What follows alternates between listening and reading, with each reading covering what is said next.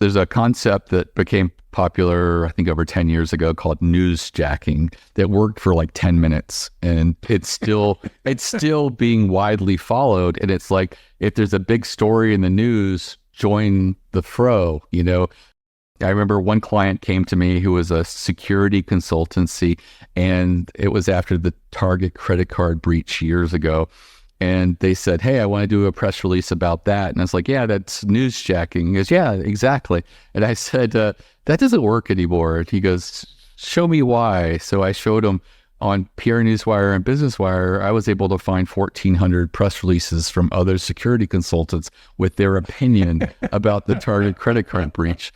And I said, how many stories do you think are about the Target credit breach? I don't know.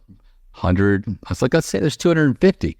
Now it's 1,400 people competing for that. It's not going to do very well.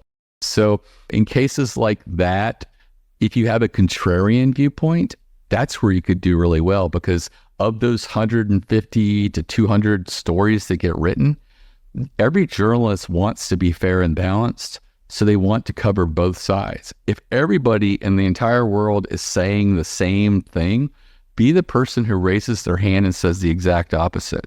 You know, if everybody else is saying, you should lock down this, you should check this, you should do that, whatever. And you're the person who raises their hand and says, hey, if you're a mom and pop business, you have a credit card terminal on your counter, you have zero things to worry about credit card breach. You're not holding the numbers. You're not writing them down. You're using a big, giant, multi-billion-dollar company that's in charge of handling that and storing that.